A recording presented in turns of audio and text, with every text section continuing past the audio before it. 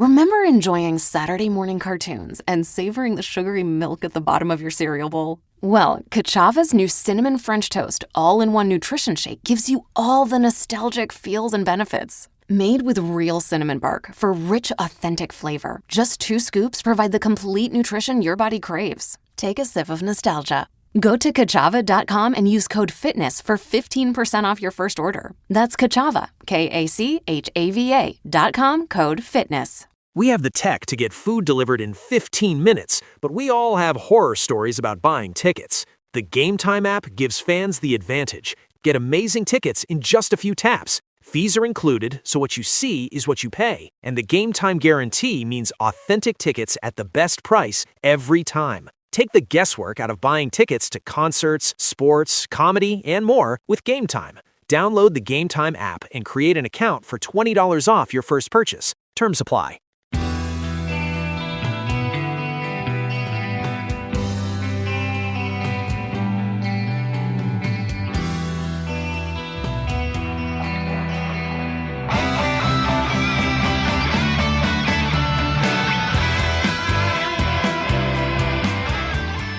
Welcome to Tunnel Talk, a No Facts, All Feelings wrestling podcast on the Social Suplex Network. I'm Allie. I'm Ann. And I'm Leah. How are we doing this week, girls? Every week better than the last. I am not feeling good. And my brothers are coming for a family visit on Monday, which is great, so I will miss the pod. But the thing is, my parents had a catastrophic flood in their finished basement in June. So there was like 4 inches of standing water when they found out. And so they had to get a restoration company, so it's like all new. They had to cut out 6 inches of drywall, redo the walls, repaint, do the carpet, the floor, everything. It's a really large finished basement.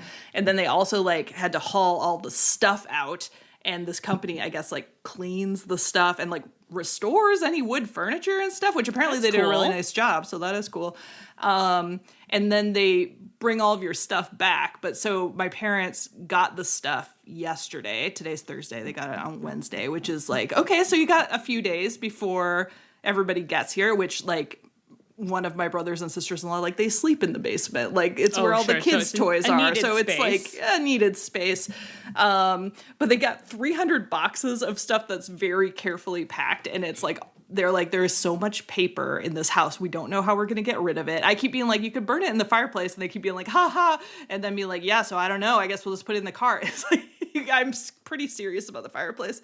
But yeah, so they're unpacking 300 boxes that are sort of labeled, but sounds like they all have really random stuff in it. And then it's just oh, VHS tape, because my parents have lived in this house for 30 years.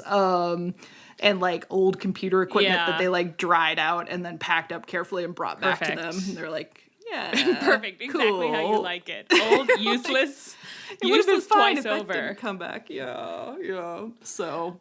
I'm having kind of a response to this where I'm I kind of wish that I could pay a remediation company to come take everything I own and just restore deal it. With it. Yeah. Yeah, just kind of fix it or, Yeah. Kind of trash anything you think is trash, It's kind of asking, I wish someone could come save me from myself, because I do own lots of trash that I'm you could just throw it out. And I'm no, I might use that someday. I actually might use that for something. I have a friend who was moving a lot when, I think she was a resident, and she had maybe it was between medical school and residency and her first job, and then she got another job right soon after. So anyway, she had a bunch of moves where she had no time, and she paid this company that came into her house, packed everything, transported it to the new house, and then unpacked and decided where all her furniture was going to go. And so she just went to work one day and then came home to a different house, and she kept saying that she was they're deranged. I all of my stuff is in the strangest place. It's I'm so grateful, but why would you think that would be the utensil drawer? It's nowhere near anything else, that kind of stuff. And I'm always what a service, though, if you could afford it. Yeah, I know. And what kind of mind you must have to be someone who's yeah, I could professionally unpack other people's stuff. It couldn't be me. No, it's stressful. I would love it if somebody was really good at it, though, because, like, I sort of unpacked when I moved in, like, and just put stuff wherever. And was like, I'll figure out where it should go later. And then, like, that's Never just where it has been, you know? Yeah, I'm having that a little bit in this house. Things aren't in a place that makes sense, but how could they ever get there? You know, I couldn't move them there. No, not right now, for sure. Not right now. Not right now. Did you guys know? I think it's my week to be happy. Is that? Yeah. I wasn't going to bring it up. Like, amazing. Yeah. And Allie, because I care about you so much, like, obviously we can just end the season. No, I'm actually the bravest girl in the world. I thought of this while I was experiencing what was making me happy. Kind of. We'll get into it. And I realized it was what's making me happy week. And thank God it was already happening. Like the thing that would do it. What's making me able to be alive right now. I want to really, truly, sincerely thank the British for their murder mysteries. No one is doing it. Like what you do in the murder mystery department, nobody else in the entire world can do. Okay, nobody else can make me say to my mother, like, can we have a little murder? Oh, the only thing that's supporting my mental health right now is my load-bearing murder mystery. I have to watch a little murder. We've talked about on this show before. We've talked about your SVUs or whatever. No, this is a totally different thing. Yeah, a British murder is not some of the modern ones, but you're talking about a cozy. I'm talking about 2 doctor prescribed 2 episodes per night of Death in Paradise. They're just on it's just a stuck-up British policeman on an island, on a colonized island.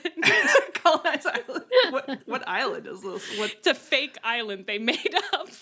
But is it like in Europe or is it it's in like the Caribbean or something. Oh my God. They made up an island to colonize? That's very British. Well, they made up an island and they made up a whole history of just like any of these other islands where it's like of all the various stratifications of colonization that it's gone through, where it's like the British had it, then the French had it, then the Dutch had it, then the French had it, then the British had it. And so there's anyway, whatever. Just two doctor prescribed episodes of A Little Murder in Paradise, and then right before bed up to 10 minutes of A Midsummer Murder. And that's what's getting me through right now. That's what's making me still be here with you. That's beautiful. Amazing. I'm so and that's glad. the same as happiness. Sometimes that's as close as you can get. Ain't that the truth? Just that little kitten, just hanging in there.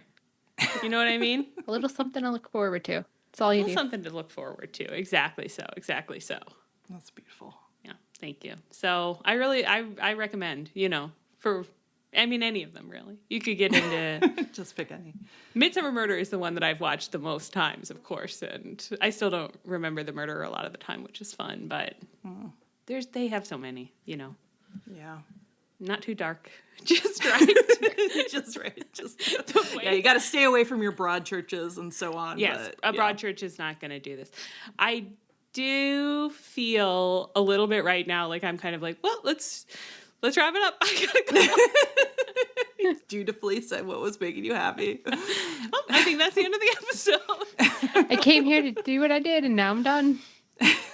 Oh my goodness. I can't believe we've got to talk about some of this stuff, I've been saying that every week for like 6 months. I mean, if you guys could see our faces right now, I do feel like we're getting tortured a little bit, but we saw some stuff we liked. We had some fun last night, didn't we? Yeah. What happened last night? We had some laughs, didn't we? We had a few laughs. Yeah, right. And what's this? All In is very soon, right? Really soon, yeah. It's the 30th or something. Yeah.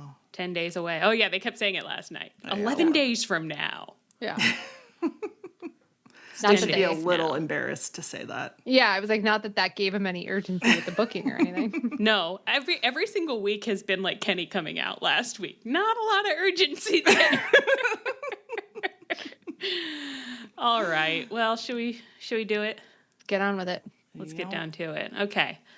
Will Ospreay shipped in some friends for a match versus the DCF that opened this week's Dynamite. So that was Will Ospreay and Men I Don't Know versus Lance Archer, Rocky Romero, and Brian Cage. Do you think that it was funny that one of them came in panties and nothing else, and the other one came in like a never nude? With like the heaviest, like Captain James Hook jacket that was like too large on him, and he was just covered from head to toe. Dressed for different climates. Mm-hmm. Yeah. Which is a classic kind of wrestling duo, really. You know, it's your Hobbs and Ricky Saints. Oh, God. Or Royce Keys, I should have said, not Will Hobbs. Has he been on the show again? Anyone know what's going on with those guys? I don't know if he's been heard from again. No, he just went into the vault. I saw a headline that his time in WWE has exceeded his expectations, which really makes you wonder where his expectations were set. But I mean, it would make sense if they were on the floor based on what everybody always says. But so true. Let me ask something.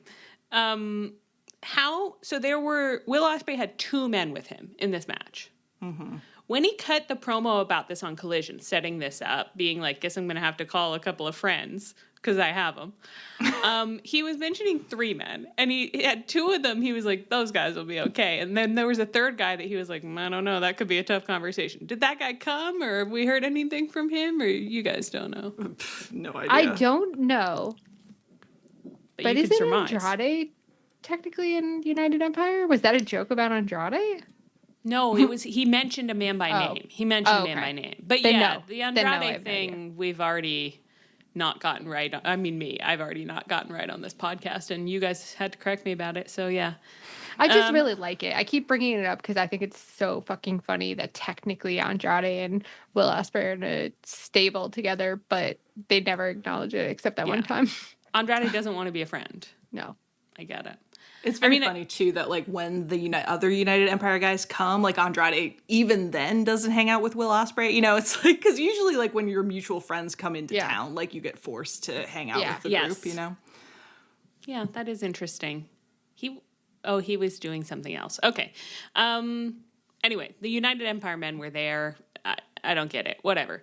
Ospreay and his friends that he has won. Alleged friends. They're his alleged friends won. And later, Kenny and Ospreay had a sit-down interview with Renee in which they finally rehashed some of their history with actual concrete details about things that have happened to them in the past that have created their relationship. But were they the right details? I've asked here. Let's try together to explain what we think happened in this back and forth. I will say before we start that the setting, incredible. Renee's in between them. They're in this chiaroscuro, like, sharp shadows and light, which was very distracting to me. It was very dramatically lit. And then the other thing I will say about this Kenny and Ospreay feud, I think in some ways this was maybe their most effective promo, but this whole last 6 months or whatever of Kenny and Ospreay, I feel like it's almost become something of a performance art piece, like at an Edinburgh Fringe Festival, where it's called like Variations on a Theme, and you have the same 2 actors, but they're playing different people, and they're like, and then they're kind of like doing a play where they have totally different personas each scene, and then like getting the audience to like vote on which one is gonna like inform the final scene. Mm-hmm. Yeah, they're doing, it's kind of like a dramatic Blackadder situation. Yeah, I see that. Yeah, I agree. There is a performance art aspect to it. Not least because this was such a dense promo in terms of how much stuff was said. And I just keep thinking, looking at it, like, what if we'd said like 2 sentences of this every week for the past 6 months? And slow dripped. Yeah. Like, what if any of this had been brought up? 2 months ago. You have to wonder that if Will's big beef is that Kenny doesn't take him seriously, why did we spend the whole build with Jon Moxley? That's the other insane thing, is that this promo was so much about like Don Callis as the shared history person that's like complicating things. And Jon Moxley's nowhere. They've like, we're not doing that anymore. It's like, what did we do all of April, May, and June? And I feel like on some level, I'm like, is that a thing where you're like, we're tired of getting yelled at about this, so okay, we're gonna retcon it, but it's just like that's not the move. I fear that's not the move. We should have really tried to make it work. I don't think it works to just write him out of the story at this point. Because no. It makes me feel insane. And it feels like with a few tweaks, you could have made it work with the Moxley story. But it's like, why did you go into the story thinking, okay, like, what were they ever planning to do with Moxley and the Death Riders? You know, like, what happened? I don't get it. Yeah, what was the original plan before everybody was mean? Yeah. And it's like, once you've laid that much track for a Death Rider story, you can't just be like, okay, and we're at the Fringe Festival, and in this next scene, we're playing two different guys who have a different relationship. Because also, like, this whole thing was like, yeah, like Will being like, you don't take me seriously, and Kenny kind of being like, oh, Will, you're kind of like the new me who's not as good, who's like nipping at my heels kind of thing.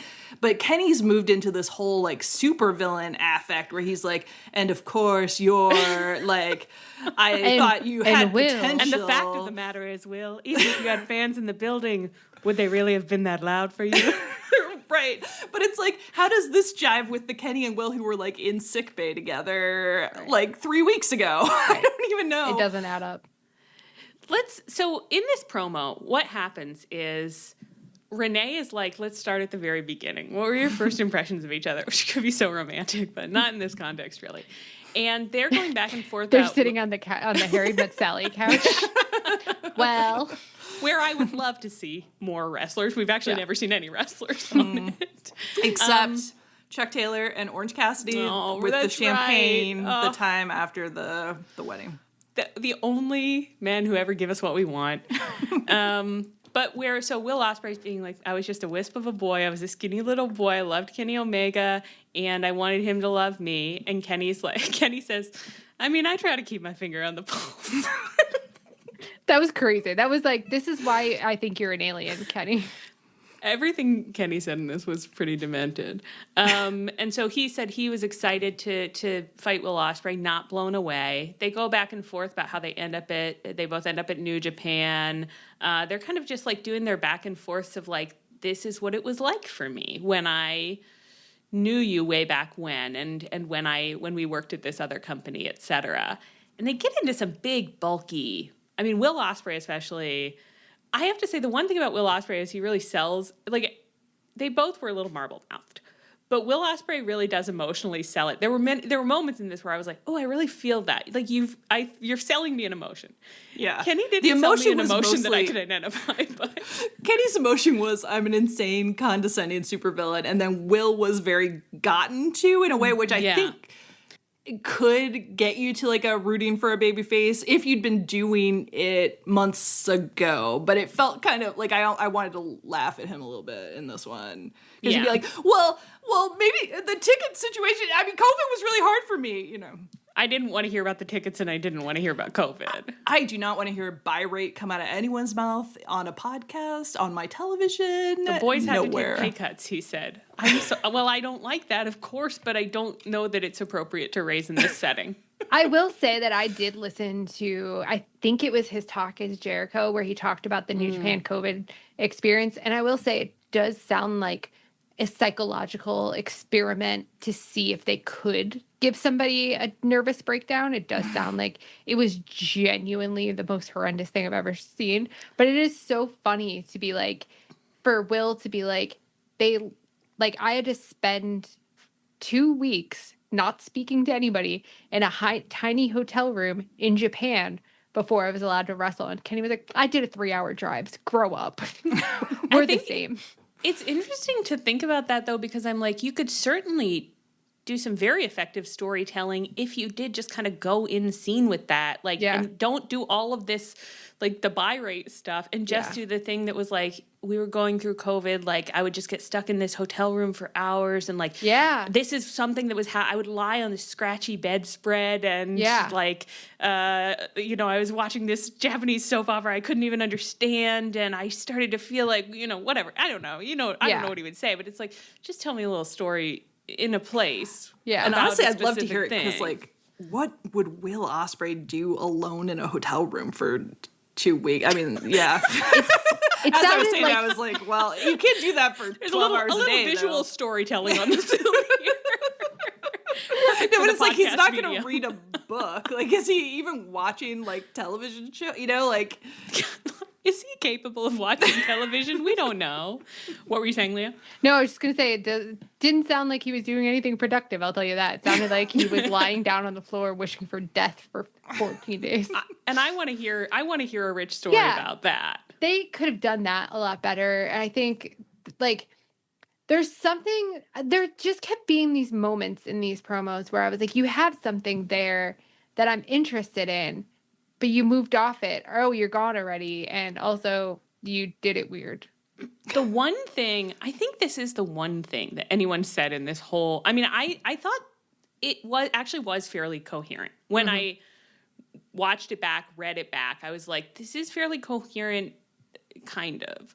But the one thing that someone said that I was like, now that's psychologically interesting, was Will Ospreay being like, I kept saying nice things to you, and you kept going home and still quitting. Yeah. So eventually I said something mean to you, and you actually fucking did something, and now you're mad at me about it because your ego was hurt. That's the only thing that could motivate you because you're prideful, basically. Right. And I was like, that's correct. Yeah. That's right. Yeah. Yeah, and that honestly, like, would be fun because it's like that's actual continuity with what they were doing for the months before this. So it checks out and also, like, is something interesting about the relationship. And also kind of makes it sound like Will was, like, trying desperately to get some kind of a response from Kenny, which is also interesting and jives with his personality. And on Kenny's side, I really actually liked when he was talking about where he was like, I showed you that Don Callis sucks ass. Like, I was here as a living example, but you didn't think you could do it without him. So you brought him to that match and you lost. I lost. You only won because you cheated. And now all of a sudden you're waking up. Why didn't you wake up before? And I just was sitting there being like, oh, okay, now tie that to Jon Moxley to be like, but again, it's different because it's like Don Callis makes you lose in the wrong way. Jon Moxley kind of fix your neck. Yeah. So that's right. He medically healed your neck. Right. Okay. So, Jon Moxley is a good chiropractor. Don Callis is a bad chiropractor. That's kind of the story. Well, I was sorry. I was like trying to make a joke work because he's always got the screwdriver. So I was like, Jon Moxley is a good chiropractor. Don Callis is a bad repairman. But then I was like sitting here being like, now who uses screwdrivers for work? Pretty much anybody who has to screw things. Pretty much anybody. It's true. Don Callis is a bad screwer. I do think that's a lot of the subtext between him and Kenny. Yeah. Yeah. Oh, certainly. Yeah. Yeah. I don't know. I'm just looking at all this text and it's so dense. It is. And like when I was watching it the first time, I like didn't feel like it held together. But then like reading the transcript, I was like, oh no, it does. This actually goes. But I feel like between the like dramatic lighting and like Kenny's weird affect like it was just like it felt so bizarre. I was like, I mean, do I love this? Do I hate it? I wasn't sure, which is kind of the best kind of promo to me in a way. But it was a strange experience to watch. Yeah. I forgot that we did get this great line from Kenny at the end. I still think you're one of the greatest wrestlers I've ever laid my eyes upon. You bring magic out of me. You bring... There's this scene, I think it's in Gilmore Girls maybe, where there's like the town is like putting on a show or something, or Miss Patty, the kids are putting on a show and they're singing like, we've got magic to do just for you. And anyway, I can't really, but that's all I keep hearing is Kenny going, we've got magic to do just for you. Oh, yeah, I don't know. And then Kenny went full kind of, I mean, he went heel at the end of this and was like, maybe your mom doesn't love you. No, she does, but maybe your son won't or something, where it's kind of like, okay, I just can't track what Kenny is doing from minute to minute. I actually think in many ways Will Ospreay is quite consistent because he's not like really acting that much. And like there were moments in this, true pathos from him of just like where he was like, yeah, I'm ashamed of working with Don Callis. Like, do you think I think he said that, like, something kind of like, do you think I don't know that, like, it sucks that that's how I won? Like, do you think I'm not ashamed of that? It keeps me up nights. I'm like, that's what I want to hear about. So at least him, there's, like, I kind of, like, emotionally get it, even though it doesn't intellectually make sense, like, all the stuff that's happened and how it's fitting together, because it's not fitting together. But... yeah, but Will, you're right. Like, Will has kind of consistently been the same character, which is, like, not too bright, like, desperate for, like, approval and friends and stuff. And, like, that's still pretty much coming through. Whereas Kenny's presentation, it's, like, every week, I think what he's doing is coming in being, like, what function do I need to, like, perform in the story for Will to get cheered at Wembley? But it means we go from Kenny who's, like, yeah, I guess we both just have to believe in ourselves, to being like, well, Will, I just don't know. You know, it's just like the turn to supervillain like doesn't make any internal consistent sense from a character standpoint. No, except that the pride and the ego thing is not nothing. Yeah. But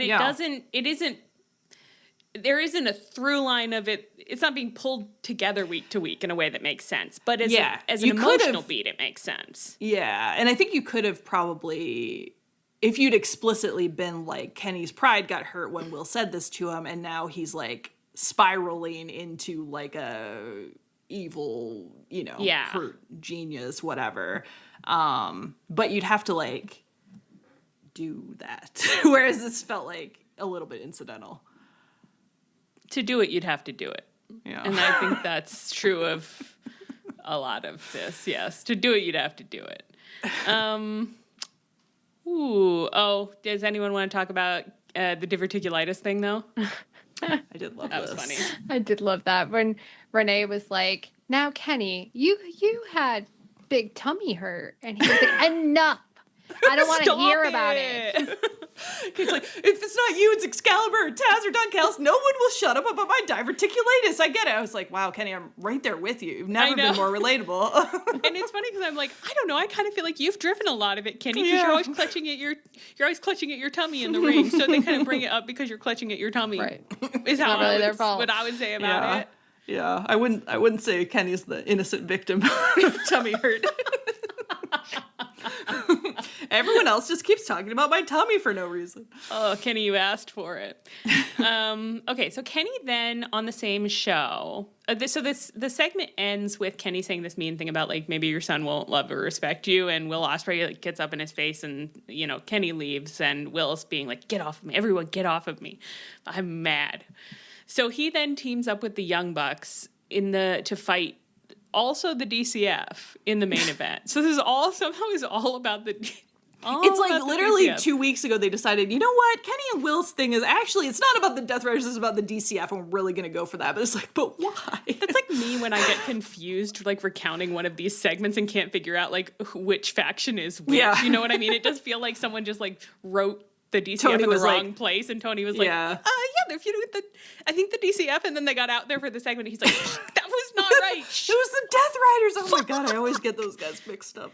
He's like, well, at this point, we're just in too deep, so I guess we better just keep doing it. But this time, Kenny and the Young Bucks, the Elite, were fighting Mark Davis, Jake Doyle, and El Clone. Can I say also, the fact that Rocky was in the first DCF match and little Greg Trent Beretta was not in it is pretty offensive. It is offensive, because Rocky is lesser. Rocky is less than. He is lesser. Yeah. He is. I love, for us, like, we don't track the rankings in the Don Callis family that close, but it's important to us that Greg's not at the absolute bottom. He's got to be above Rocky. He's got to be above Rocky. So they did a thing with the entrances here where this was this match, right? Where we like went backstage, like as Kenny was supposed to be entering, and Will was like getting up in his face being like, what did you say about my mom? What'd you say about my boy? Something like that. And I think Kenny must have kind of been like, we'll talk about it later. It's like, I really have a match right now, but like when I'm done. Daddy has his big special interest right now, which is honestly Kenny's entrance always these days, I'm sorry to say it always is it's low energy. Yeah. It is low energy. Everything he does is kind of low energy. It's like, this the dead eyes, like, even as he's delivering these monologues. Yeah. But so he comes out, they have this match. I thought it was a very fun match. I did have a really good time. Yeah. It did start at 10 past the hour when the show was supposed to be over? Yeah. Well, we went to 10:35 or whatever. We sure did. Yeah, 9:35 for me. Which is late, God. Mm-hmm. Time does make you bolder, Tony. It's not really an overrun when it's a full half-hour slot. Let a sitcom We've been saying for a long time that he was going to gaslight us into the 3-hour show, and look where we are.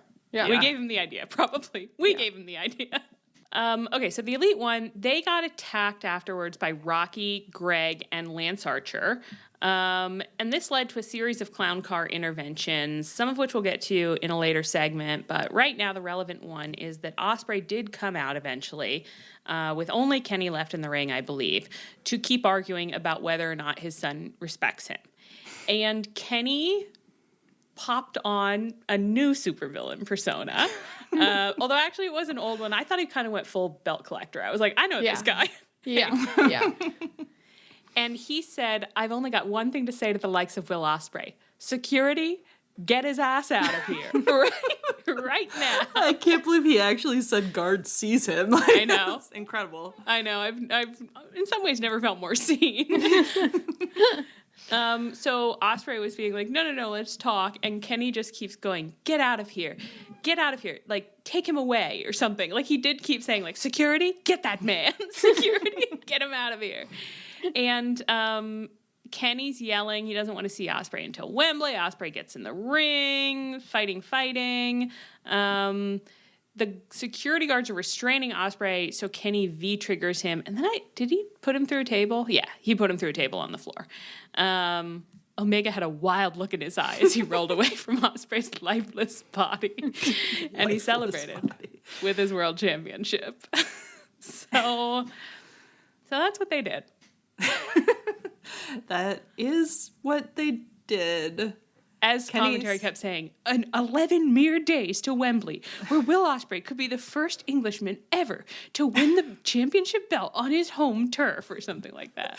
They keep saying he could be the first Englishman to win on his home soil, but no other Englishmen have ever won the title. He's the first Englishman, period. Well, I actually reread it, and I don't know what commentary's been saying, but Will said that he would be the first Englishman to win a world title on their home soil. Any world title. So then I tried to go down a rabbit hole because there are British indie promotions. So what makes a world title a world title? Like, why isn't the Progress belt?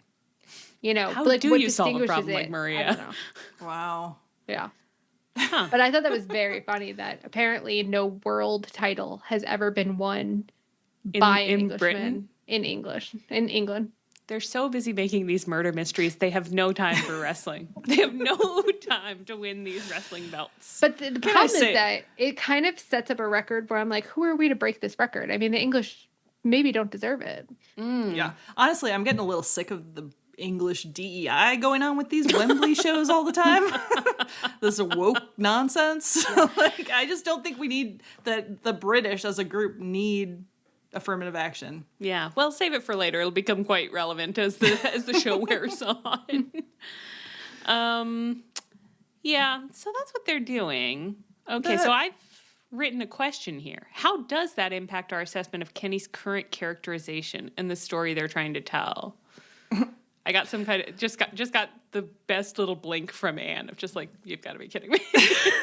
Well, no, it's just like, I feel it's just very clear that Kenny's having this gold watch reign for 6 weeks or whatever. Yeah. But it's not about Kenny at all, really. It's all been set up for Ospreay, where Kenny just does whatever he thinks he needs to do.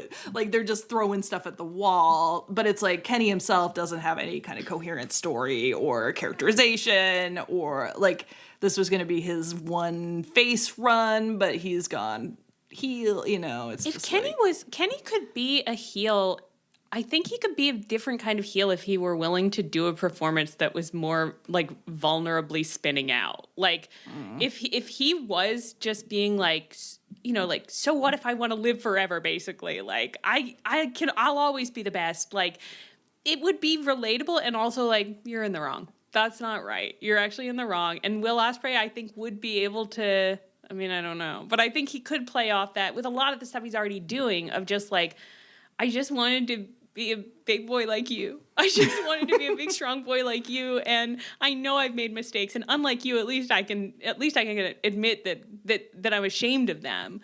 Because that's something Kenny does not ever do. Kenny does not ever say like, yes, I was the belt collector and I'm ashamed. And it makes me feel bad to this day, the things that I did during that reign. He's just like, well, I learned my lesson, didn't I? It's like, well, not really. I've actually never heard you say anything that indicated that you had learned a lesson from that. Except like, don't team up with Don Callis. It's a real elite character trait. It's just like no apologies, no shame. It's like, enjoy me. Never retreat, never surrender. Yeah. So in that way, I guess you're right. He is doing a consistent characterization, but... You know what he also doesn't do, though, which is, like, I think is, like, the Matt Jackson specialty, is not saying that you're ashamed, but having a little look on your face of just, like, I should because I don't feel good, but I don't like thinking about how I don't feel good. So I'm going to think about something else. All right. Anything else from in here? Taz did say of Mark Davis, he said, have you ever seen Mark Davis in catering? It's disturbing. It's like watching a wild animal eat. I was like, Taz, thank you. I needed that. Bigfoot. I needed that a lot for my Bigfoot. Yeah. For my Bigfoot fantasy. Who did this move? Was it Mark Davis or was it Jake Doyle who was holding Matt Jackson like that at that one point? I think it was Jake Doyle, but I really could be wrong. Just so sweetly in his arms, just kind of like inside. Fully. Yeah. Absolutely wild stuff. The things we see every week. It's just wrestling. It's just wrestling. What? Any final thoughts on Kenny Ospreay? No. Well, what tone do you think they're going to hit next week? I don't know. I would love it if it were a little more like, if they were doing it, okay, here's an idea for them. They don't want to commit to like a clear, consistent characterization storyline. Let's at least do it a little more like it's episodes of Community. It's themed episodes. So it's like next week is Wild West week, you know? It's like we're doing Wild West paintball. We're doing Star Wars paintball. You know, it's like, let's do something like that, maybe. Yeah, a musical number, you know. Yeah. We're doing a send-up of sitcoms. We're doing a Friends week, you know? Okay, well, we're moving barely half a step away now. The Dynamite main event we were just discussing had been set up on Collision in a backstage segment where Kenny called the DCF, quote, the crap stain on the underpants of that which is my life. That fantastic line. Fantastic. Yeah, really wonderful stuff. And the Young Bucks reiterated that they've always got Kenny's back because he said, I'm going to fight him or something. And he was like, and I've got a couple friends who are going to fight with me. And the Young Bucks came on screen and they both patted Kenny on his back. And they explicitly said, like, we've always got your back, buddy. Because they're very loyal friends to their son boyfriend. And moments later, Christian Cage and Adam Copeland come on scene. Kenny immediately is just like, seems like you guys have some business, so I'm going to leave. And his vibe was like, what he just barely avoids saying is, this seems like it's going to be boring. I'm going to go play video games. Yeah. Yeah. It's like, it's going to be boring. Someone might ask something of me. I don't want to do don't want to do anything or help, actually. So I'm going to be on my Game Boy. You come get me when you're done. It really was just like, wow, Kenny, give nothing back. Give nothing back. So Kenny murmured his excuses and left. Cope and Cage were mad about how things went down in Mexico. I really had to cast my mind back to try and remember what had happened. But I believe they had teamed up with the Young Bucks and something... they didn't like about it at the end there. Do you guys remember it? Or? I'd love to say that it did. I want to rescue you so bad and be like, Allie, here's what went down. Yeah. I am not positive I watched them wrestle that match. I did. Must have. You did. Well, was that the one? Did you fall asleep during Grand Slam? No, you were watering your plants. Oh yeah, that's what I was up to. Yeah, so you could have missed it. I could have been doing anything. Well, one of them explicitly said, Cope asked what happened when he had Jon Moxley pinned while the Bucks were, quote, doing flips on the outside. So the Bucks must not have been able to get to him at a pivotal moment, which he didn't like. Mm-hmm. And did they lose that match? Yeah, because the Bucks started this one by being like, Cope, I guess you got pinned by Moxley. And then he was like, well, I had him pinned, but you guys were flipping. Yeah. Okay, sure. So... they get into a little back and forth about it. Honestly, getting mad at the Young Bucks for flipping feels like getting mad at water for being wet. It's like, yeah, that's what they do, though. Yeah. Have you never been to a pool before? You don't know how this works? They had a back and forth where Matt Jackson got so close to saying the only thing that we want to hear. Yeah. He was edging us. He did say... Because they got into a whole, like, I've been doing this since you were in diapers, little boy, kind of deal. And Matt Jackson was like, yeah, we get it. You're old. He almost said old and tacky. I wanted it so badly. I would also take you're an old hag. That would be okay. That'd be beautiful. That would rule. Matt, if you're listening, you can say old hag. You can say old hag. Yeah. I like that we're like, it's not offensive. It's actually not offensive. It would be fine if you called Copeland we gave you permission, so it's fine. Yeah. From women. You have from permission. women, yeah. But he said they're old, and they're old enough to be their father. And then Christian Cage said, who says I'm not? That was a beautiful little setup there. That was very funny. And Matt was doing that funny thing he does sometimes where he kind of like puts his hands together like, I'm about to be such a raging bitch. And then he looked like he didn't love the father thing. The best part of this, though, actually was then, so Christian says that. Then he's like, I'll, come find me at Copeland. He's like, come find me when you're done trusting them or something. And Cope did look like, I am on the verge of being done trusting them. I don't know. And he follows. And Nick's just looking perturbed after them. And then he just goes, he's not our dad. He's so not. Beautiful. He's not. Yeah, no, totally. Kind of self-soothing. Okay. Oh, yeah. Okay, so then on Dynamite, we're back at the main event, the aforementioned main event. We're back at the clown car run-out stage of the proceedings. Apparently what happened here, I did watch it. Lance Archer, I just don't know what this means. Like, I'm like, I saw this, I would never have said this in a million years. Lance Archer double goozled them. What is that? That is a new one, and I thought I was done learning new terms, but I knew about goozling, but I don't know what it is, and I didn't know you could double do it. So then Cope runs out for the save, because he's not totally done trusting them, apparently. Christian is kind of following at a more sedate pace. And do you want to hear something awful about the double goozle? Yeah. It was one of the Midnight Express's many finishers, apparently. Oh, jeez. God. Yep. We can't escape them. How did we feel about that? We saw them once in a dream. Yeah, they were the old guys that kept getting like beat up, like held hostage and bleach poured down their that was mouth the and Midnight stuff, right? Express. Oh, I think so. I thought that was the maybe it was the Rock and Roll Express. I really don't know the difference between the Rock and Roll Express and the Midnight Express. I'll tell you that. A lot of kind of train-based tag team names. We're not having. Where's the Acela Express? Who's gonna be the Acela Express? That one sounds so tough. Okay. They were managed by Jim Cornette. Don't like that. All right. So, okay. Oh, so then they get into this whole thing where it's like Christian Cage is in there. He's helping Cope and the Bucks like drive people out. He holds Greggy for the Bucks, and they try to super kick him, but then Greg ducks and Cage gets kicked. And Cope sees that and he's mad. Finally, he feels protective of his husband.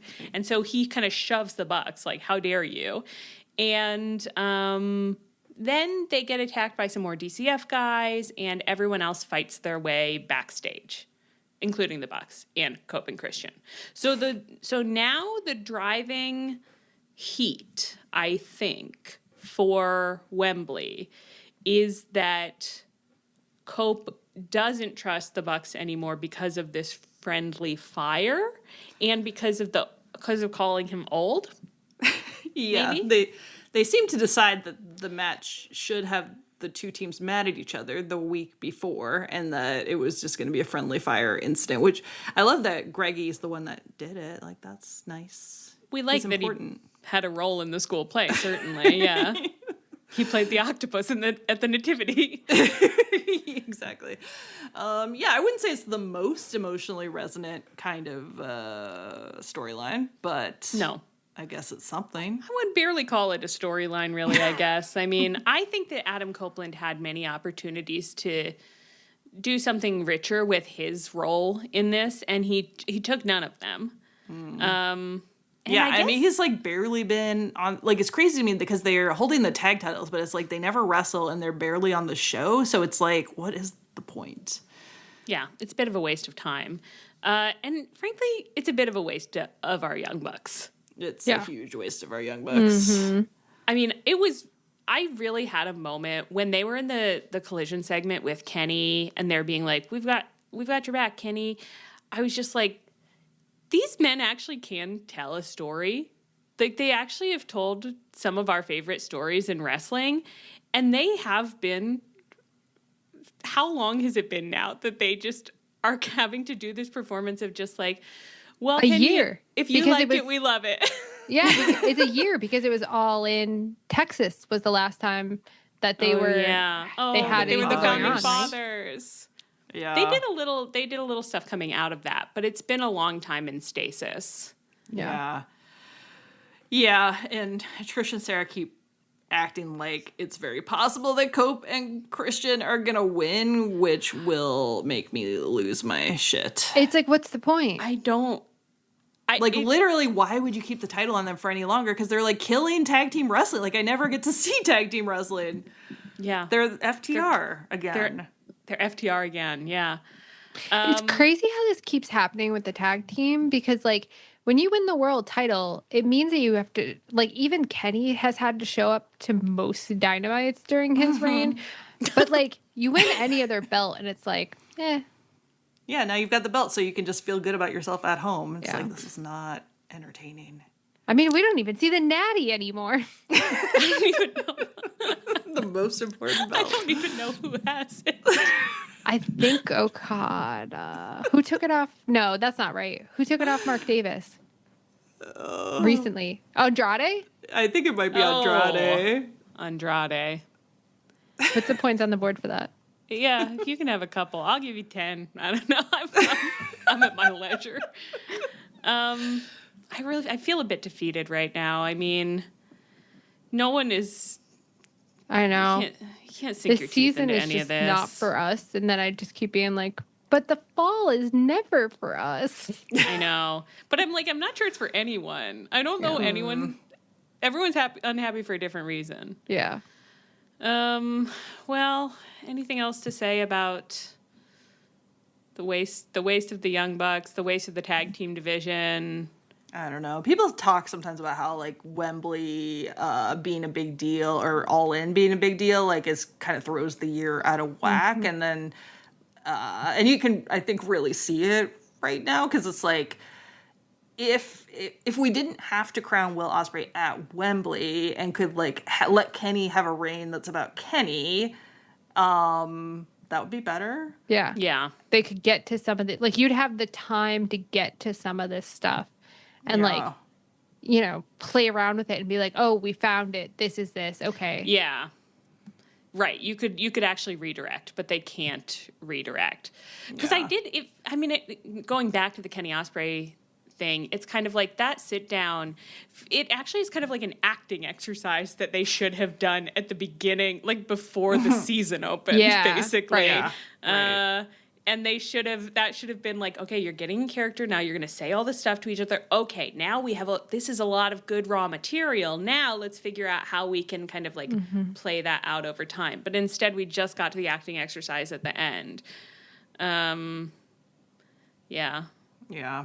And meanwhile, like the Bucks keep getting pulled in to like bail out other storylines, and then like it's just been nothing. It honestly, and I haven't listened to this week's Trish and Sarah due to my agonies.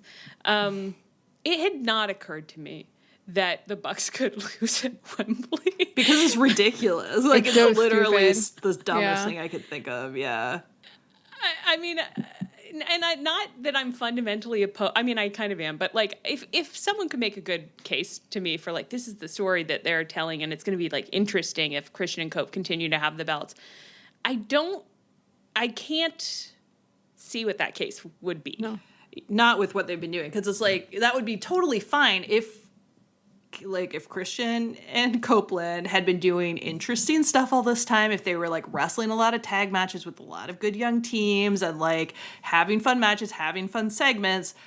Yeah. Then sure. But literally it's like they got the belts. We don't see the belts again until Wembley, and now they're just supposed to keep it for months more. Like, and they also, it's such an interesting, to me, the story of how they got the belts. Oh, Allie, how are you trying to put this? There's such a good baked-in story of just, like, they have these belts, but, like, what did they actually have from this run? Each other. They had completely lost each other, but they found their way back to each other, got these belts. It would be such a beautiful, you could do such a fun little grace note of just being like, I got you, babe.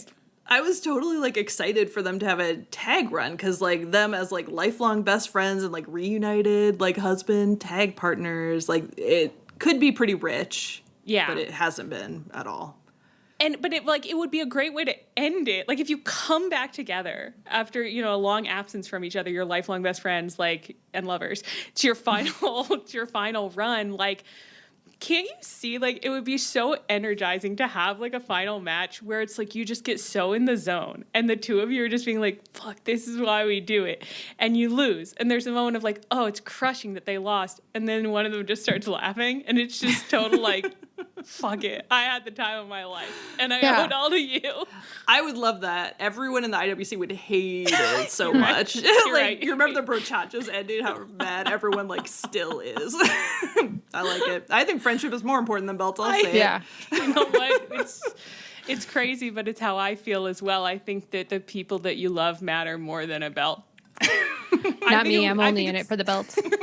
I think it's a good moral to be like, you know what? Fuck the belt. I got you back in my life. And they put their arms around each other. They walk off into the sunset. Yeah. But I do have the feeling that, like, not exactly that, but something like that must have been pitched to Tony. And now Cope is, like, looking that final match in the face and being like, oh, not yet. Don't take me. Yeah. Don't take me to the giver room yet. I'm not ready. I don't want to go over that rainbow road. He's like, Tony, what if I win at Wembley? Tony, don't kill me yet. Oh my God. Tony's like, no one wants to go to my old dog sanctuary anymore. I made this beautiful old dog sanctuary, but all the dogs keep saying, like, I'm still young. I got lots of bark in me. I got lots of bark left in me. He's like, you can barely make it up the stairs. I have to pick you up and put you on the couch now. But yeah, sure. No. You can win at Wembley. Well, all right. Okay. Shall we move on? Yeah. Oh, my girls. Oh, we're doing good. We're being really strong, okay? I love you, ladies. Did you know that driving under the influence of marijuana is illegal? Driving high will get you a DUI. And if you're wondering if law enforcement can tell you're driving high, well, everyone else can. Friends? I can tell you drove high. Parents? I can tell when you drive high. Relatives? I can tell.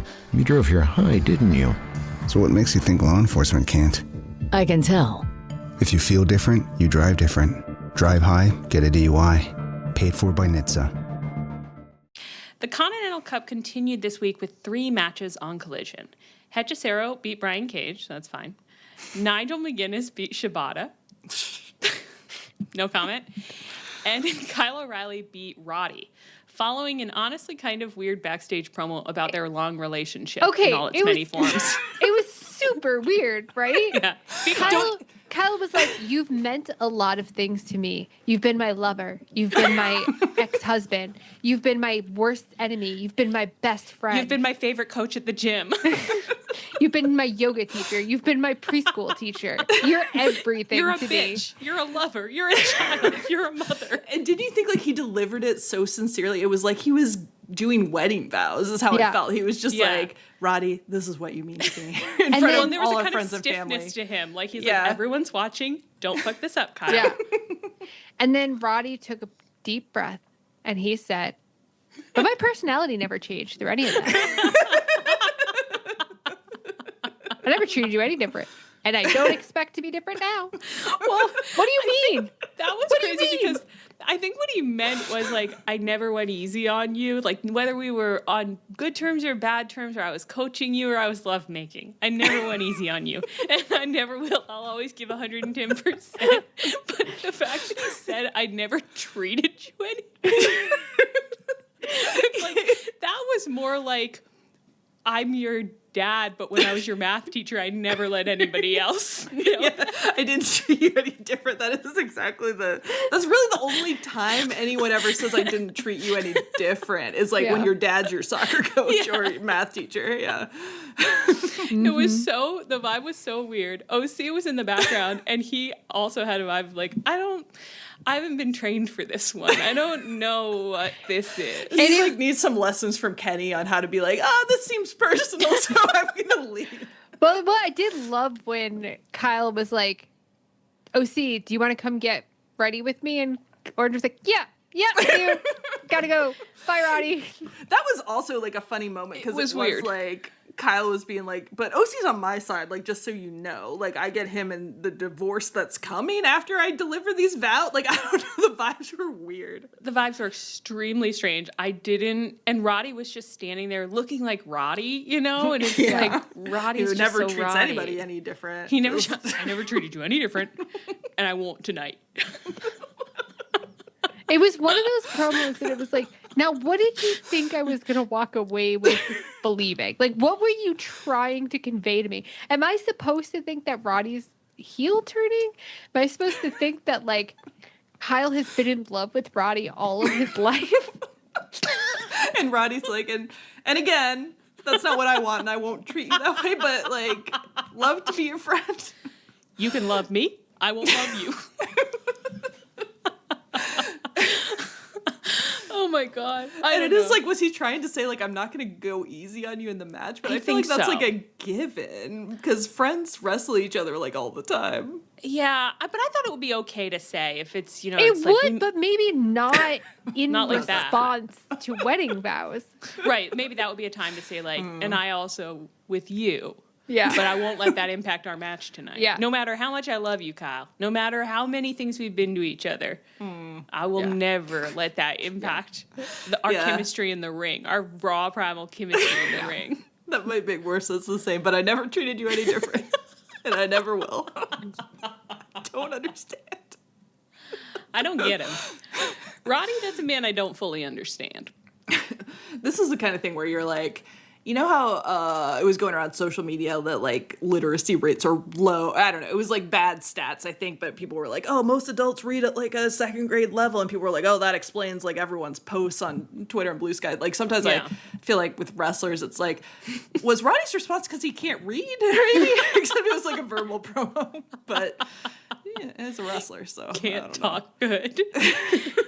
And wants to learn to do other stuff good, too. Okay. Anyway, so then they have the match. So, and Kyle wins. And afterwards, they have a kind of a little grapple in the ring where it's like, oh, God, are they going to be mad at each other? And there was a weird interplay of, like, Roddy, like, pushed Kyle, but then he, like, pulled him back up and then gave him a big hug and raised his hand. And then they were really hugging, like, oh, it's, like, really sweet. Like, it's like, oh, okay, they are friends. They are friends. They are not going to treat each other any different. They are friends. And then they left the ring and they met OC at the top of the ramp. And I would not say that. The recap said that OC and Kyle had a face-off, like there was a tension. I didn't totally read it as tension. I read it more as, again, like neither of them knew what to do in that situation. Like they both were socially pretty confused. Yeah. And then Roddy had to come back out and be like, we're not going to treat each other any different. No, he just came back out and like grabbed him and hauled him backstage. So I didn't know, I didn't know what to take from it totally. Well, it was like all very confusing. And then I feel like with the conglomeration, sometimes too, they like gesture at a story, but you kind of know it's not going anywhere. Yeah. So then it makes it like a little confusing when they gesture towards something where you're like, well, but I know this won't happen. Nothing's happening. Why are you pointing at that puppy in the window? I know you don't want a dog. Yeah. OC and Kylo were then seen again on Dynamite. They were backstage closely watching Mox and Jay White's, I think, entrances. I think this was during the entrances for their Continental Cup quarterfinals match. And Renee was trying to say something near them, and they shushed her. And which was funny, because it was just like, it's the entrance. A, it's the entrances. B, your ears actually don't matter in wrestling at all. It'd be funny if Ozzy was like, this is my favorite song. Like, I really... That would be funny. I get so pumped for the Death Riders music. I get it. Okay, anything else about the conglom relations? I think it's very cute when they're wearing their matching shirts. Oh, yeah. Even though I know it's just they're trying to sell it to me, but it's still cute to watch two adult men in kind of cartoon t-shirts that match. Yeah. That's fair And enough. I wasn't sure if we were supposed to take something from the fact that Kyle and OC were wearing different shirts than Roddy. Like Roddy was wearing his own shirt. Like it's his OC like yearbook.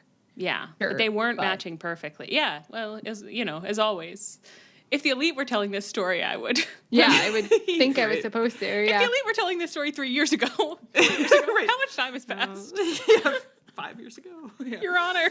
If it was 2021 and the Elite was doing it, then yeah. Then I would take something from it. Okay, so then Mox is fighting Jay White. This is Continental Cup quarterfinals. Match was fine.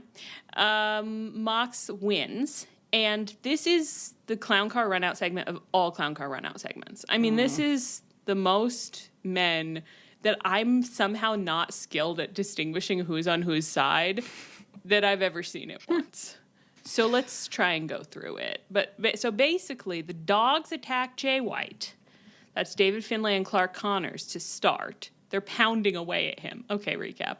And then OC and Kyle come out for the save. And then, who should return? The love of Leah's life, Gabe Kidd. Gabe Kidd. I really wanted him to come out on all fours, but he walked. He didn't dog. Yeah. He didn't dog, but he is a dog. Yeah. And so he comes out, and then then they're all fighting, and then Leah pointed out also that Jay White's actual faction didn't come out to defend him. Kyle and Roddy did. Kyle and Roddy did. Interesting. Yeah. Yeah. And they are aligned, I think. And I don't remember why or how. But I did actually think, I was like, it is in character for the Bang Bang Gang to not come out. Actually, though, I will say that. I just assume that they're backstage, like seeing like who can stuff the most marshmallows in their mouth or something, and Like up later their nose. up their nose. Yeah. They're stuffing like coins up their nose. It's like something where it's just like, that is bad. That's really bad. Every week, Tony's like, I took one of you to the ER last week with a penny in your nose. Like, please. Papa TK needs a break. TK, you don't need a break. You need to find Jesus. Anyway. Okay. And I don't know. Men just keep. Why am I trying to explain all this? Men just keep. Gabe Just like imagine there. every faction. Imagine every AEW, man you've ever seen. The dogs are there. Okay, so then eventually, the good, the bad, and the ugly, Hangman and Brodito, march to the ring. So then you've got the dogs, you've got the good, the bad, and the ugly, and you've got the conglomeration, and you've got Jay White. And so they're all in the ring, maybe. The dogs leave. Then Hangman gets on the mic, and he says, nice. Thank God someone's here to talk some sense for once in this episode. But he just said, nice boots, dumbass, actually. And then he got interrupted by the demand and the lethal twist. And I will say, every time, I like that the demand and the lethal twist are aligned now, because every time they show up, I just go, and the ice cream boys are there. Oh, and the ice cream boys are there. Meanwhile, I'm still going. And Ricochet, who has his place? Tiny Tim, who did not die. So then the Demand and Lethal Twist, Ricochet is saying, everybody listen up. Hangman is like, we're the trios champs. We're not going to miss Wembley. So we are welcoming all comers. If anyone who's out here fighting or who wants to take a break from waxing their partner's head, and then the crowd is chanting bald, bald, bald. They're really excited about that for Ricochet because he's bald, as you know. And he said... If anyone wants a shot at the AEW World Trios Championship, meet us under the Wembley Arch at dusk. Didn't that feel like a lyric from Kiss Me? Yeah. Yeah. Yeah, beneath the milky twilight for sure. Yeah. It was so unexpected. I truly startled, and I was like, that's the most romantic thing anyone has ever said. Yeah. Beneath the Wembley... I didn't know there was a Wembley Arch. No. So to me, actually, it was a little bit like beneath the golden arches of McDonald's is where But sure, beneath the Wembley Arch at dusk. Yeah. And your the most romantic time of day. The most romantic time of day. Your champions will be waiting. So that's what he said about that. Jericho was backstage watching this, feeling... Just being like, what the fuck? Yeah, he's going to meet Ricochet under the Wembley Arch at dusk? That's date time. That's our time. You should be asking me. I would love... Okay, Jericho, this is your opportunity. Get a little trio together. Meet your boyfriend under the arch at dusk. And give him a little kiss before the match. Just give him a little kiss and say, I heard you, babe. Thank you for that romantic invitation. You wanted to Sleepless in Seattle, and here I am. Oh, loose-lipped in London. Okay.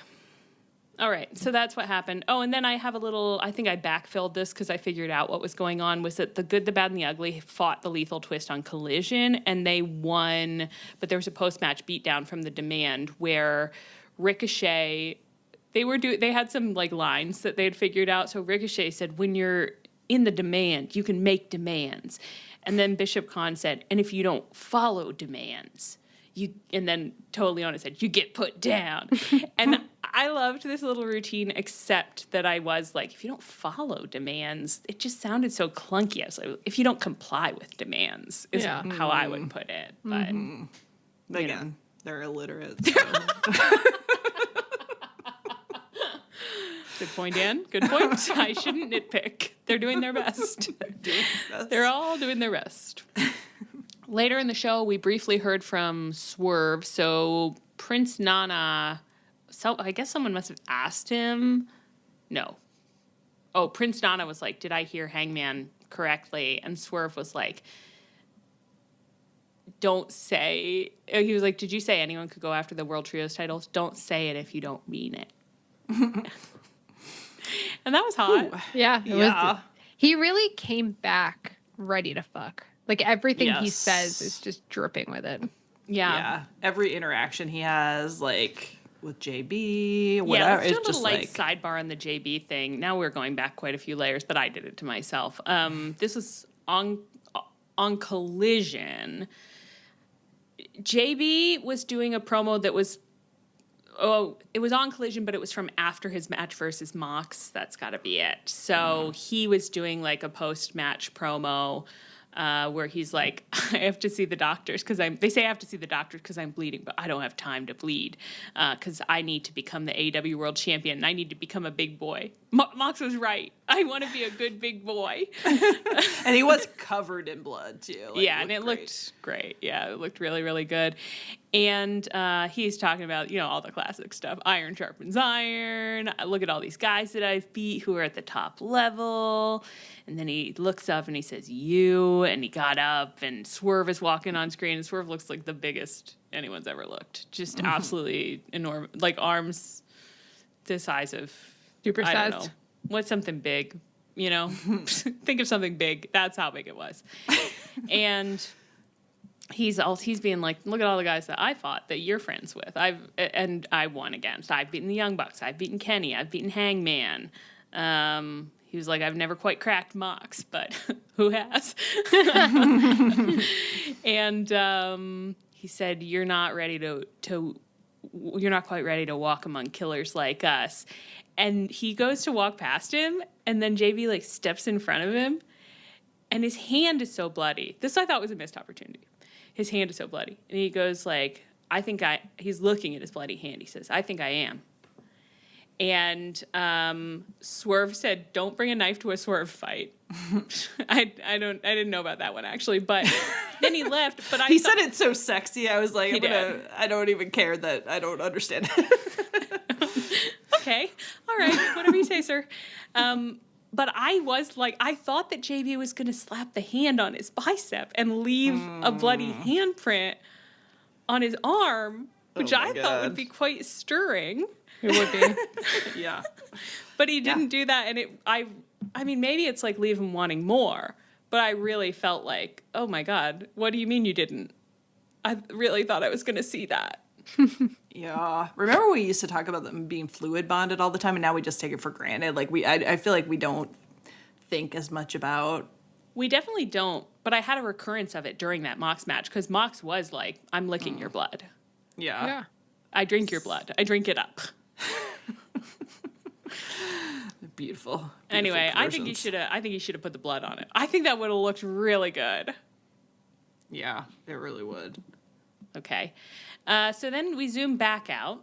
So Swerve showed up horny, so he's being horny there. He's also horny about, like, don't say it if you don't mean it. That's hot. Okay. So then we're back in the Continental Cup. And we're also on Dynamite. Nigel who won versus Shibata, if you'll recall, as I pointed out earlier. He fought Hechicero. He couldn't have won. He couldn't have won, though. You wouldn't think so. No, that would be crazy. Well, he only had one foot. He only had 1 foot. Hechicero is so big and strong. He has every over-the-counter drug you could imagine. Mm-hmm. Yeah, and Nigel's an announcer. Hechicero lost to an announcer, so... Yeah, he did lose. Yeah, Hechicero lost and Nigel won. Yeah, so Nigel a one-footed announcer. Yeah, so that's apparently happening.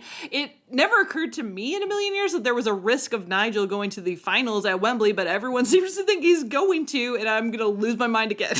It's so fucked that it's going to be Mox versus Nigel. That's so fucked. I don't understand. I'm confused. It's so confusing. It's so confusing to me that I had just like filled in a situation where I'm like, oh, they're going to do a 4-man at Wembley and the 4 finalists will be in there. And then I guess you could put Nigel in there if you want. Like if Nigel's going to be in a 4-man, that would be okay. For sure, yeah. But there are not very many singles matches at Wembley, and Nigel a 2-man?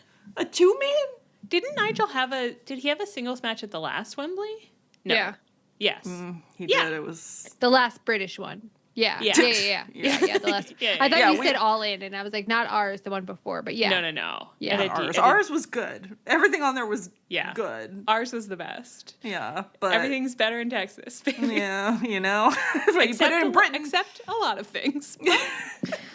And all this British affirmative action. I just don't think there's a need to have Nigel have more than one gold watch match at a stadium. And again, he could be in I thought one was, frankly, more than enough. I think any multi-man would be fine. I would be happy to let him into any multi-man. Yeah. And we have the Casino Gauntlet for a reason.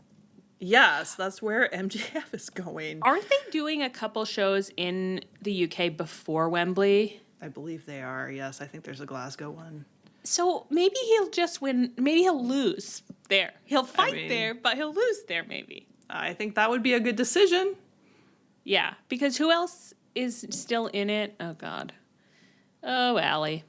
Kyle, Roddy, Mox. Could that possibly... Roddy, Mox, and Nigel? Ugh. So then I confused myself. No, not Roddy. So Kyle, OC, Mox, and Nigel. So apparently Nigel was in the Casino Gauntlet in 24, which was the first... I think that was the first Wembley. And then the last Wembley... Or no, he did Forbidden Door in England at... Yes, I remember that. With Zack Sabre Jr. So he's had multiple British moments. He's wrestled in Britain. That match against Bryan Danielson at Grand Slam in 2024 too. I love that we're just For like, the he's ROH wrestled heads. before. This is enough. Like, again, he's an announcer. Why is he wrestling? He's like 50 years old. There's no need for this. Bryan Danielson isn't even wrestling. No wonder he and Tony are on the rocks right now. Tony's just like, you need to settle down. You're doing a bit too much. We're old men. Truly. I don't actually know how old Nigel is. Probably not that old. I took a minute to realize you meant Shivani because I thought you meant Khan, and I was like, Allie, I need them to be more on the rocks, to be honest. Yeah. No, they're not on the rocks. Nigel is straight up 50 years old. So there you go. Nigel is basically having an affair with Tony Khan. I mean, that's what's happening here. Good God. ROH heads. Jeez. Leah, did you have something else you wanted to say about this? Just like on the topic of everybody assuming that it's going to be Mox versus Nigel and Mox is going to win. Connor, one of our, Discord mates, was fantasy booking that he was like, I think that OC should win and then he should come out of the cup and feud with Swerve. And I was like, that is not nothing. Hello, I would like to subscribe to that. Yeah. Imagine if we were living in that world.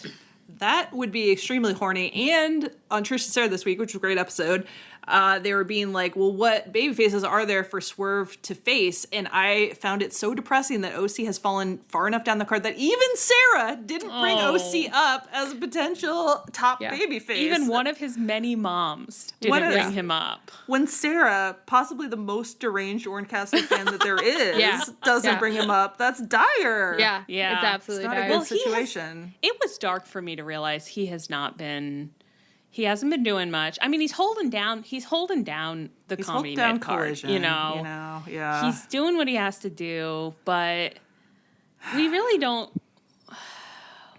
really got the men they used to, This is a real complaint. I feel like all I've been doing is whining all episode this time. Well, quick aside, as we talk about that Trish and Sarah episode, they went on a fantastic rant about Sarah in particular, they both did about CM Punk making the really confusing endometriosis joke that was really... I missed that. Oh, yeah. It's really stupid. In some way called Kevin Owens endometriosis, and no one knows what it means, but they did a fantastic rant, and one of our listeners wrote an article about endometriosis for the Social Suplex newsletter, and that was fantastic. So, hey, there's this stuff out there. Stop being stupid. Sounds like he's kind of not really caring about women's health in actuality, huh? No. I'm starting to get the feeling it might be performative. And you don't think he's raising awareness? He says, why don't you like my Edinburgh Fringe Festival show? Oh, you like it when Kenny and Ospreay do their performance, but you don't like when I do mine? All right. Mercedes fought Zeta Steel on Collision with a brief little backstage promo segment ahead of the match I thought Zeta Steel did a good job. I kind of think I've met her before, but was just I was having a weird experience where I was like, I think I'm supposed to know you. I know something about you. Anyway, I thought she did do a good job. She did do a good job, but I also had a very funny moment because in the Collision promo with her, she said, I'm the real deal, Zeta Steel. And I just had one of those moments where I was like, wrestling is so embarrassing. It is kind of like, please don't do that. It's like if somebody else says it about you, I guess, but... The other day, someone I follow on Blue Sky for totally unrelated reasons, I didn't know they watched wrestling, but they tweeted something like that tweet that's like, work will have you be like a 23-year-old girl with a 51-year-old best friend. They were copied that tweet and they were like, this is Zeta Steel and Christopher Daniels. And out of nowhere, again, didn't know they watched wrestling. And I had this moment where my brain was like, does she mean a different Christopher Daniels? This can't be. Wait a second. My Christopher Daniels? It was. Yeah. Like that thing we used to say where sometimes you would see someone say something about the Fed and you'd be like, Earl Government? That happened all the time. I would read half of a Blue Sky tweet convinced they were talking about the Federal Reserve and they were talking about WWE or vice versa. You'd really get a surprise at the end of the sentence. The Fed sometimes they have more in rates common than you might think. Okay, so, but they had this promo segment where Zeta Steele was kind of being like, I always looked up to Mercedes, and then Mercedes showed up and was like, who the fuck are you? And Zeta Steele was like, but I don't anymore because you are mean.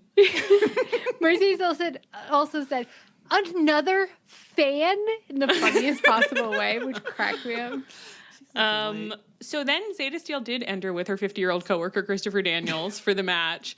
And she ended up losing to Mercedes, obviously. And Mercedes was like beating her up afterwards and then beat up Christopher Daniels with the championship. So rude. He's just doing his job. I know. I'm like, if you do that to the vice principal, you're going to be in detention for so long. Yeah, that's a real. She you doesn't might get care. Expelled. Because she's a bad girl.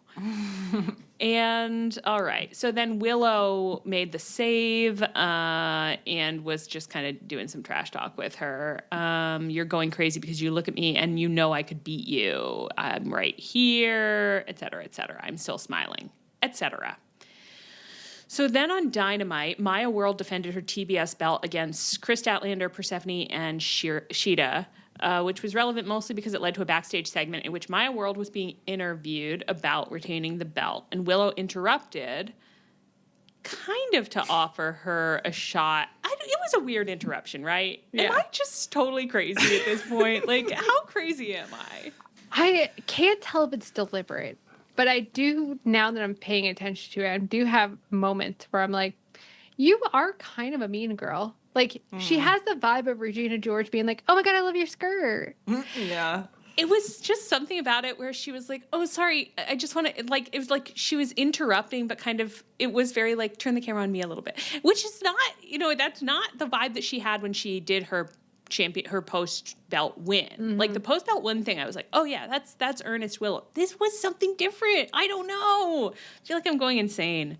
But anyway, she was like, oh, sorry for interrupting. Just want to say congrats. And you can have a match versus me. And they're going to have a match on Collision. So it's happened by the time you hear this, my friends. I love Maya World. She's so cute. She's very cute. She's very, very cute. Yeah.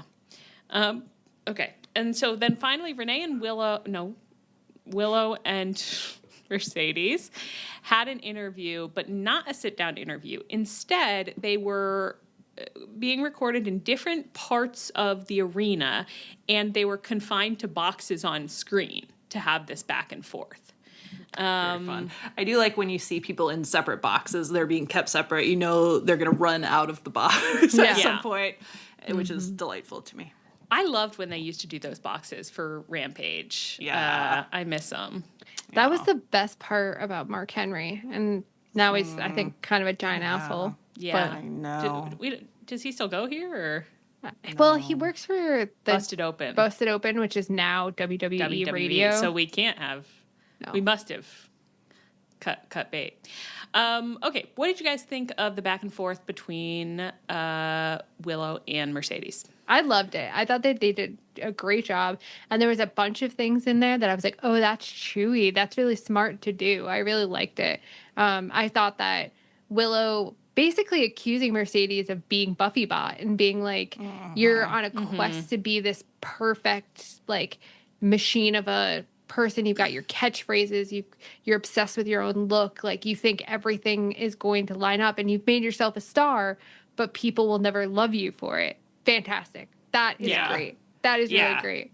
I thought the content was so good and like their delivery was really good because they really gave me the impression they were actually really irritated with each other and mad at each other. Like the way they were talking, they talked over each other, but in a way where you could still understand what they were saying. But it felt very natural, which was pretty impressive, I thought. And then, I thought that whole like, oh, Mercedes, you're like a plastic little like curated person, whereas I have like the audience connection and the authenticity. It's like, ooh, that's good stuff. Yeah. But then it was very juicy then for Mercedes to be like, I thought this was a really good like way to spin the smile anyway thing where she was just like, you're always talking about smiling and like, yeah, you're always there. Like, you're smiling at me when I got hurt in New Japan. Like, you stand over me smiling when my career almost ended. Like, you show up with your friends. You ruin my celebration. You're smiling at me. It's like she was just like... You weaponize niceness. Yeah, and exactly. And that makes you just as bad as me sometimes. Yeah. Yeah. I thought that was very smart. Yeah. This feud has really been coherent the whole way through, I think, and they landed some good stuff here. It's incredible. It wasn't rocket science either. It has made sense, and I was worried that it wouldn't. I still think of what could have been, but smile anyway, Alex. No, I thought they did a really, really good job, and you know what? Not even too bulky. They did it pretty quick. Yeah, honestly. And then they got mad. They weren't like, let's go back to 2015. Okay. Step by step. Let's start at the very beginning, a very good place to start. So they got so mad at each other that they had to leave their boxes, of course, and run to find each other in the arena, which could be really romantic under other circumstances. But someday there'll be 2 boxes for Hangman and Jericho, and Hangman will have to run out because it's like when you realize that you want to spend the rest of your life with someone, you want the rest of your life to start as soon as possible. Yep, exactly. I want to see a slow motion clip of Hangman pounding his way down past the arena food court. Yes. Jericho, I'm coming. Chris Jericho is actually still just like examining his hair in the camera lens, just being like, oh, just kind of look good. And talking to Darby, Sometimes he drives me crazy, but God, I love him. That man of mine. Okay. Anything else about? Oh no, this was okay. I will say this. Will I say this? Oh, so they got into a whole fight. They kind of made it out into the ring, and they're fighting. And security, for some reason, is there en masse. And there's so many security guards. And I think did this take place after Clown Car, maybe? Yeah, it took place after one of the giant run-ins, and I was like, now why are security out for this match, but nobody had any problem with the last match? We don't know how that flowchart works. They were like, there's 2 small women. Please send 300 men to try to stop it, and they won't be able to. Actually feels potentially a little misogynistic. They're just like, oh no, women hitting each other. That's true. Whereas they were like, the dogs can hit each other all they want. That's fine. They're doing that for fun in the parking lot anyway. Yeah, the dogs are always out there twisting each other's balls. Like, who cares? They're just wrapping their heads in bubble wrap and then taking a pipe to it. But I did have a moment during this where I was like, security, when security gets involved, like trying to split up women, that's kind of an intergender match in a way. And then I was like, so that's, in a way, that's progressive. And then I was like, actually, it's problematic they don't have any female security. That's true. And that's discourse I think you should get on social media and start. Just be like, I think it's really offensive that fucked up. And just a reflection of the misogyny in wrestling that there's not a single female security guard. No one thinks that women could bring a little order. It's one of the things that many women are best at. That's probably problematic too, Allie. Lots of women are disorganized. They don't bring order at all, like me, actually. There's a wide spectrum, both women and men. Some good at order, women some can be not so good at it. Women can be anything. Well, now we've covered our bases, I think. Perfect. Let's move on. Final DCF drama roundup. Kyle Fletcher and Okada both had promo segments on Dynamite where they talked about why they want to win, quote, whatever belt they're fighting for, is what I've written here. I think I found out later, but I didn't even go back to put it. The international title. No. They both won it. TNT? No, the international. Okada expects congratulations if he wins the AEW international title. Sorry. If the belts had an associated virtue, we would not have these kinds of confusions. We wouldn't have. Because we'd be like, it's the gluttony temperance belt, and we all know it. The G&T. That's actually so fun. That's fun. Okay, you said Okada Takeshita, but what I did was read the title of the segment, and I was like, she's talking about Kevin and Darby. No, it's my fault. It's my fault too, though. None of us are pups for us. They'll all have virtues, and they'll have a cute nickname like a G&T belt. I misheard that as our pups for us, and was like, yeah, because we're really into pet play now. That's right, I remember. We got our pet play pup, pump. The pup pump. The pup pump. The pup pump. That's where we keep the dogs. This is the part of the podcast where we have a meltdown. Just an absolute total fucking breakdown of order. Feels about right. Hour and a half in. Jesus God. Okay. All right. So they both they want to win the international belt, and they both talk about why, and it's like no reason, no real reason. And then Takeshita showed up and got in a fight with Kyle. The end. Yep. Anything else? Only thing to highlight is that Kyle Fletcher said of Don Callis, this is his design at one point. So he's a podcast listener, I guess. I completely missed that, and that does make me really, really happy. I'm going to have to go back and hear that for myself. Yeah. Wow, this is his design. God. Love you, Kyle. Mean it. Darby, meanwhile, continues to feud with Kevin the Jet. He had a demented promo on Collision. Yeah. I read the schedule before I got a chance to watch this, so I knew it was demented, but I still laughed out loud when it started. It's just what is happening here? It was one of the funniest things I've ever seen. He is doing his thing, his dark Kermit thing, where his face is kind of covered, but he's kind of leaning on he's like an old train car, like a freight train, an old freight train, kind of like he has a tummy ache, he's despondent, leaning on the train. And again, hood totally, fully Jedi over his face. Fully covered. And he says, my biggest fear in life is when this 15-minute ride is over, I'm going to look at myself and not know who I'm looking back at. It's scary. It's really scary. And he's talking about how there was a time at AEW where he thought he would have to change a lot to make it to the top. Footage not found. Okay. Footage not found. Haven't noticed Darby ever being anything other than Darby. And then Darby does, to me, we'll see if this ends up not being true, but to me, it was a ham-fisted week for little Darby where it felt like Sting is going to make an appearance at Wembley. And they said, can you please start talking about Sting? So no problem, boss. I'll just drop him in so casually and normally. Nobody's going to notice. Nobody's going to notice at all. It's just something about the way he says it. But it wasn't until I met Sting. Ever heard of him?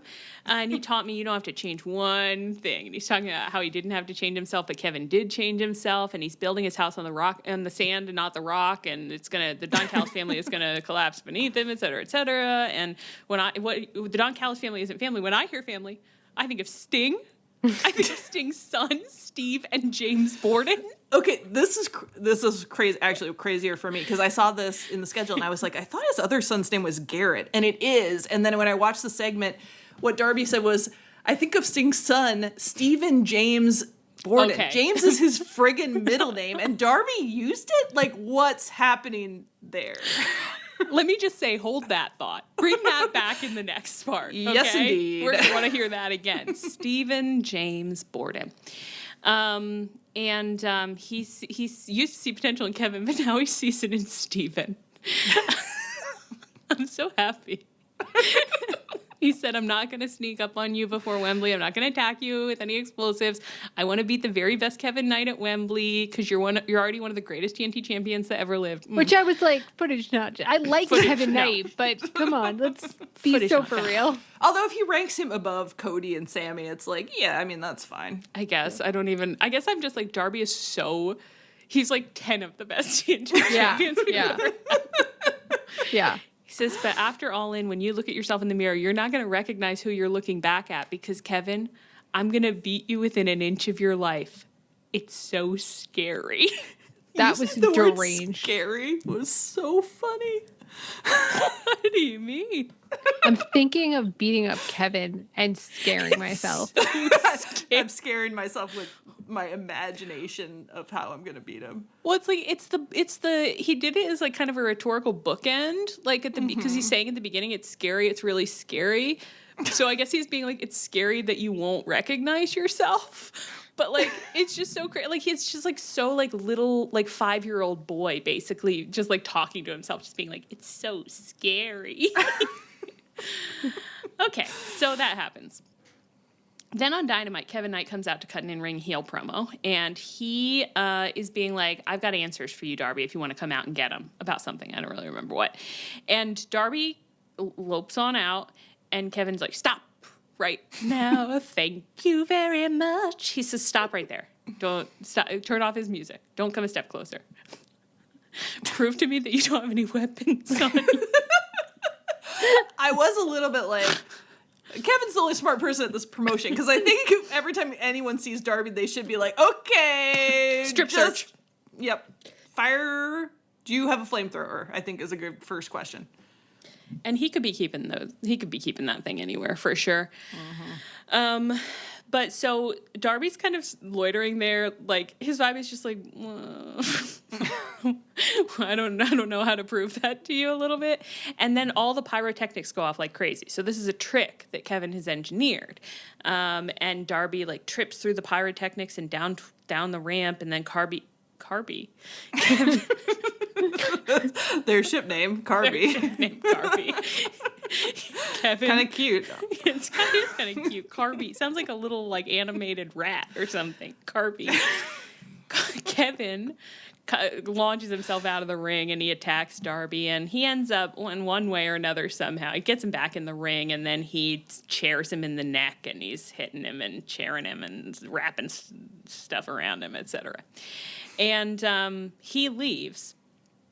Medical and Steven James Borden, who is handsome, who's very handsome. Yeah. And he's wearing a little tank top to show off his arms, and he's looking good. Got like a smudge of face paint on his arm, which is presumably, well, I won't speculate. But won't speculate. How you can get face paint on your arm any old way. You probably. could get it anyway.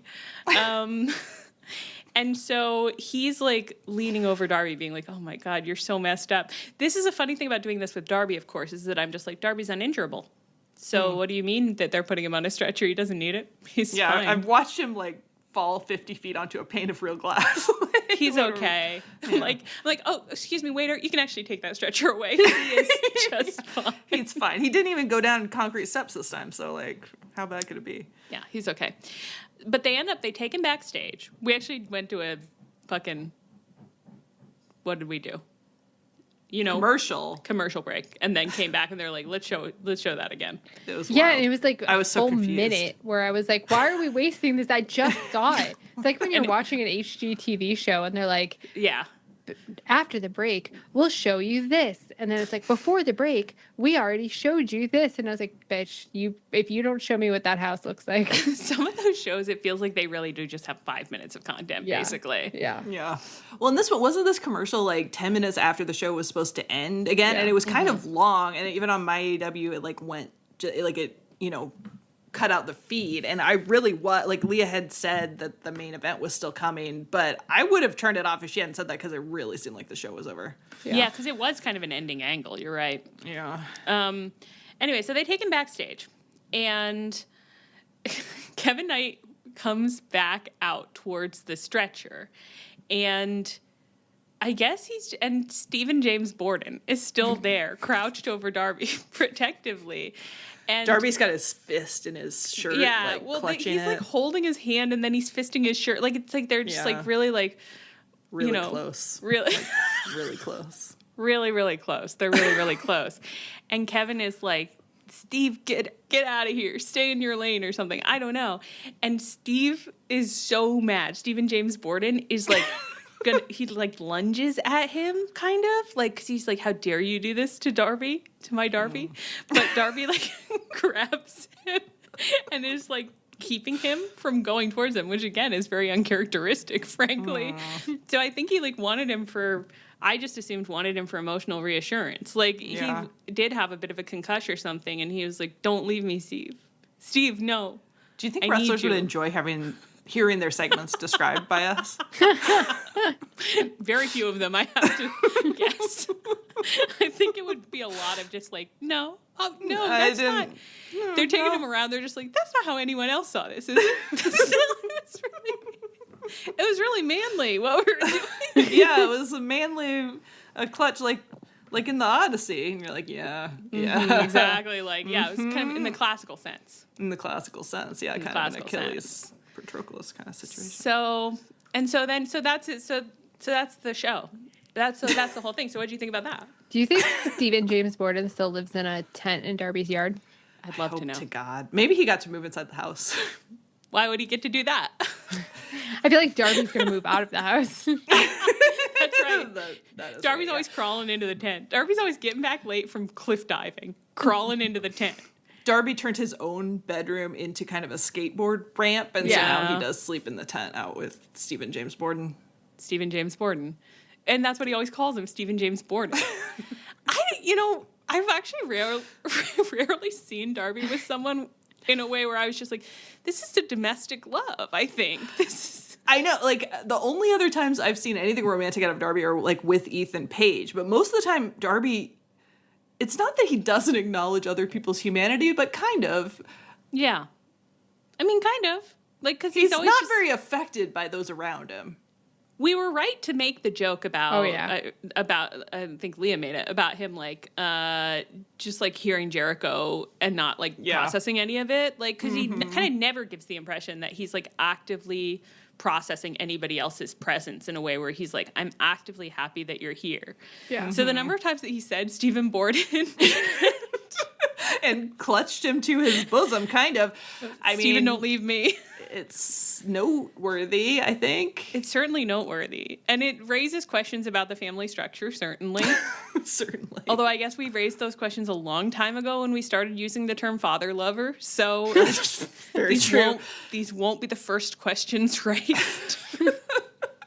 And it is a little bit like, I don't know if you saw the TV show The Fosters, you know, where it's like once you thinking about the Fosters. Once you fostered teenagers together, you're asking for trouble. You're asking for trouble. You're asking for trouble. They're not supposed to.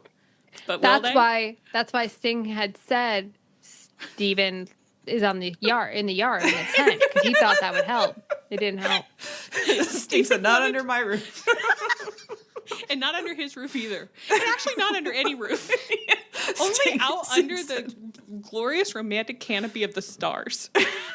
The arch, the dusky arch of Darby's house. The dusky arc of the Milky Way. Beneath the milky twilight. Oh my God.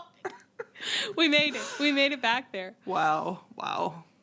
I hope he's still there in that tent. And I hope they're both in the tent. And I hope that, like... And, you know, sometimes when you really want somebody to be your dad and you really want to be a part of that family, like, you do what you have to do. You marry in. It's a real Harry Potter and the Weasleys situation. I'm excited to see more of them. I really am. I liked this very much. Yeah, we're like, Tony, I think you should push Steve Borden. Yeah, for sure. Imagine Darby in a faction with Steven James Borden. I like it. I like the imagine. And we could bring the other Sting son, too. I like most of all the imagine of Tony listening to our podcast and every week being like, oh, what a shocker. They've just got some men they want me to push in a kissing story. Oh, who could have guessed? Well, you couldn't have guessed the men, I bet. I bet you could rarely have guessed the men. I think rarely, I think most of the time we've come up with some men you would never get to. Although this was pretty textual, I would say. Yeah, this wasn't on us, for sure. Yeah. So I mean, if anybody else was using people's middle names and then clutching them, I mean... I'd love to hear some more middle names. What are we supposed to think? Yeah. Oh, I'd love to see them on the couch. On the When Harry Met Sally couch, and Darby keeps trying to show off skateboard tricks, and Steve keeps being like, sit down. The interview's still going. Sit down. Hey, we can go skateboarding later. Okay, so that's all of that. Any other thoughts about Kevin, Darby, or the DCF? No. Any other thoughts about anything on Earth? I think we said it all, as always. Well, another week down. And on that note, I've been Allie. I've been Ann. And I've been Leah. This is Tunnel Talk. Our theme is by Chris Corkin. You can find us on Twitter, Twitch, Tumblr, Blue Sky at Tunnel Talk Pod via email, tunneltalkpod@gmail.com. You can find us on our feed, on the Social Suplex Network feed, where you can check out all the other great podcasts on the network, and you can find us on the Social Suplex Network Discord. Please rate, review, and subscribe to us wherever you get your podcasts. Stay frosty, and as always, please come back next week.